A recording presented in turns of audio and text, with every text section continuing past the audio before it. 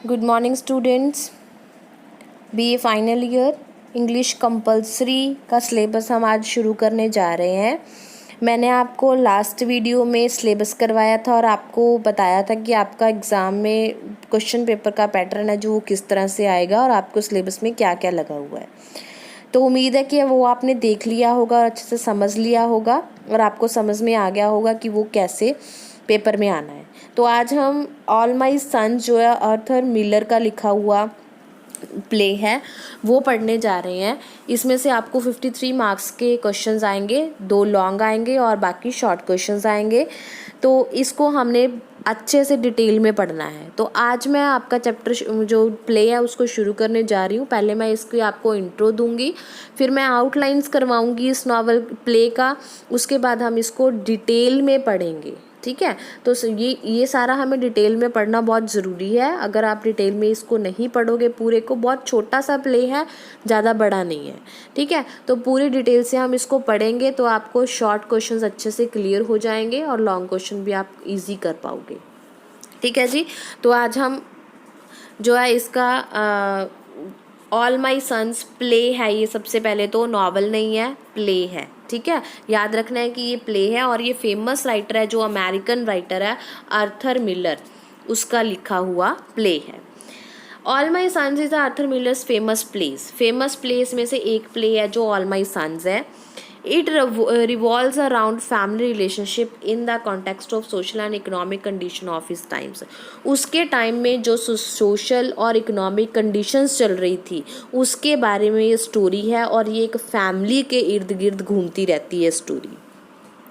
It deals with the theme of a guilt and responsibility. इसमें theme है जो वो बताए गए हैं, गिल्ट है, पछतावा है, और रिस्पॉन्सिबिलिटी, एक परिवार में एक मेंबर की क्या क्या रिस्पॉन्सिबिलिटीज़ हैं वो इसमें बताई गई हैं। The beginning of the story of the All My Sons lies in the selling of defective cylinder heads to the air force by a manufacturer John Keller. अब इसमें जो मेंबर है एक जॉ कैलर है। जॉ कैलर है, इस एक परिवार है, जॉ कैलर है जो वो सबसे बड़ा है फैमिली में। वो एक मैन्युफैक्चरिंग का काम करता है, मतलब कि फैक्ट्री है जो कि एयरफोर्स लड़ाई में एयर फोर्स नहीं होती हमारी, जो रॉकेट्स जहाज़ वगैरह चलाते हैं, ठीक है, उनको वो सिलेंडर सप्लाई करता है। मतलब जहाज़ को चलाने के लिए कुछ सिलेंडर्स चाहिए होते हैं, तो जो एयर फोर्स होती है आर्मी में हमारी, जो एयर फोर्स है उनको वो सिलेंडर सप्लाई करता है। तो वो फैक्ट्री में क्या होता है कि एक दिन वो क्या करता है, डिफेक्टिव सिलेंडर सप्लाई कर देता है, जिसकी वजह से वो जिस जहाज़ को उन्होंने वो सिलेंडर सप्लाई किया था वो ब्लास्ट हो जाता है। ठीक है, this resulted in several air crashes and the death of several pilots. अब उसके डिफेक्टिव सिलेंडर की वजह से जिन जिन जहाज़ों में डाले गए थे वो क्या हो जाते हैं, क्रैश हो जाते हैं और बहुत सारे पायलट हैं जो वो उसमें मर जाते हैं।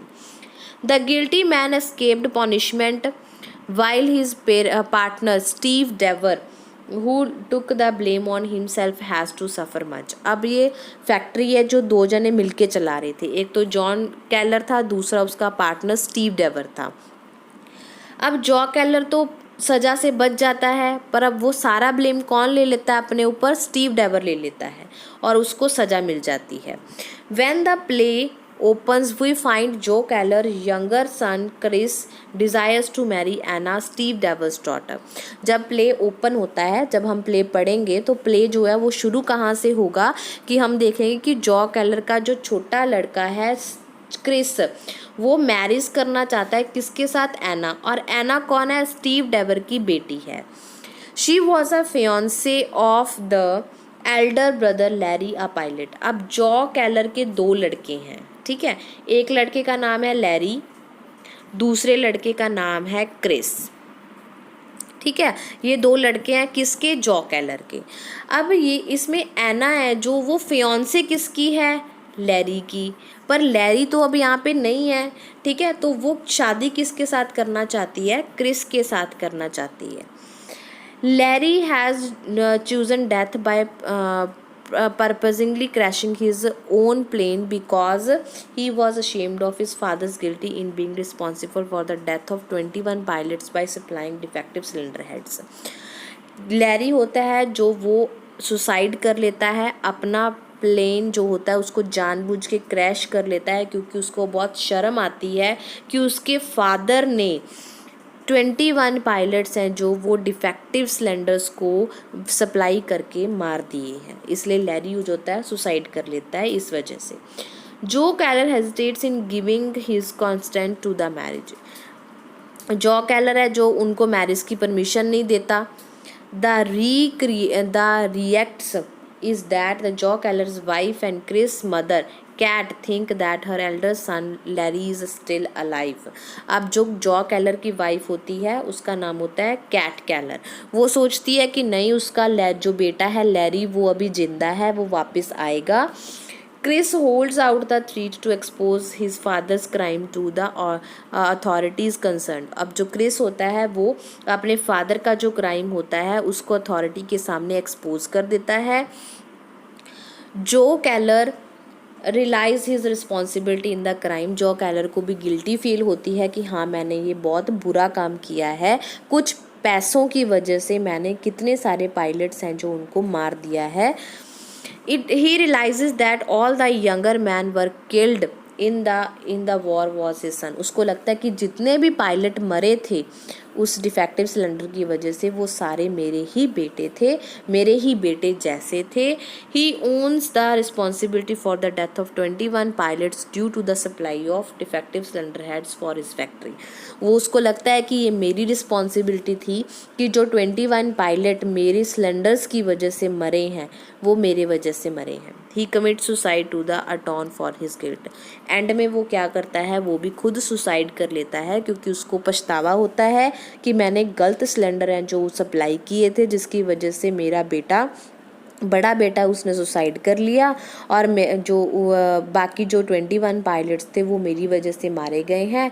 तो मैंने खुद को बचाने के लिए स्टीव डेवर जो मेरा पार्टनर था मैंने उसको भी खतरे में डाल दिया है, तो मेरे को जीने का कोई हक नहीं है। तो एंड में वो क्या करता है, अपने आप को मार लेता है। हाँ जी, तो आपको एक स्टोरी समझ में आ गई। मैंने आपको सिर्फ इंट्रो दी है ऑल माई सन्स प्ले की। इसमें मैं आपको एक बार जो है करैक्टर है वो इंट्रोड्यूस कर देती हूँ कि कौन कौन से करैक्टर हैं इसमें। जॉ कैलर जो सबसे बड़ा है, ठीक है, इसकी वाइफ का नाम है कैट कैलर, ठीक है जी। जॉ कैलर का एक लड़का है, दो लड़के हैं, एक का नाम है लैरी, दूसरे का नाम है क्रिस, ठीक है। इन दोनों की एक लवर है जिसका नाम है एना, ठीक है जी। ये गुम हो चुका है, ये है जो इसके साथ शादी करना चाहता है, ठीक है। स्टीव डेवर है, स्टीव डेवर, ठीक है, ये जॉ कैलर का पार्टनर है और इसकी बेटी का नाम क्या है, एना है, एना डेवर, एना डेवर है जो इसकी बेटी का नाम है, ठीक है। तो मेन जो करैक्टर है इसमें वो कौन है, जॉ कैलर है, क्रिस कैलर है, एना कैलर है और साथ में कैट कैलर है, ठीक है। ये जो है ये चारों करैक्टर्स हमारे इम्पॉर्टेंट हैं। स्टोरी है जो वो इसके और इसके ऊपर बेस्ड है, दोनों के ऊपर, क्योंकि इसने जानबूझ के डिफेक्टिव सिलेंडर भेजे।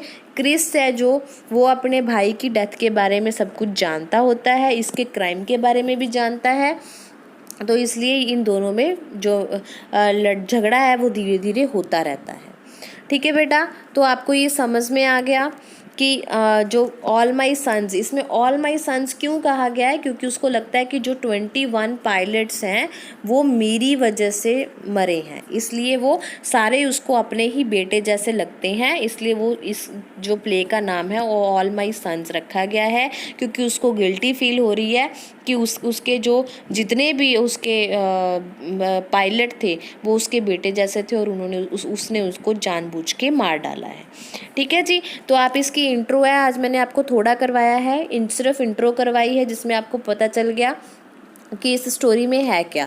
कल मैं आपको इसकी आउटलाइन समरी पढ़ाऊंगी, फिर हम इसका प्ले शुरू करेंगे, प्ले पढ़ेंगे रूटीन में, ठीक है। तब तक आप इसकी इंट्रोडक्शन कर लो अच्छे से, इसमें कौन कौन से करैक्टर हैं ये भी देख लो, जॉ कैलर का रोल क्या है, क्रिस कैलर का रोल क्या है, ये सारा आप देख लो, ठीक है। कहीं से कोई पॉइंट मुझे समझ में नहीं आया तो आप मेरे को कमेंट करके कभी भी पूछ सकते हो। इंट्रो हो चुकी है हमारी, कल मैं आपको नेक्स्ट वीडियो में इसकी आउटलाइन पढ़ाऊंगी स्टोरी की, आपको प्ले की आउटलाइन बताऊंगी। उसके बाद हम प्ले है जो वो शुरू करेंगे, उसके बाद हम इसके क्वेश्चन आंसर्स करेंगे, ठीक है जी। तो तब तक आप इसको अच्छे से समझ लो, उसके बाद हम इसका आउटलाइन पढ़ेंगे। ओके बेटा, कहीं से कोई बात समझ में नहीं आई तो आप मेरे को पूछ सकते हो। Okay, bye bye.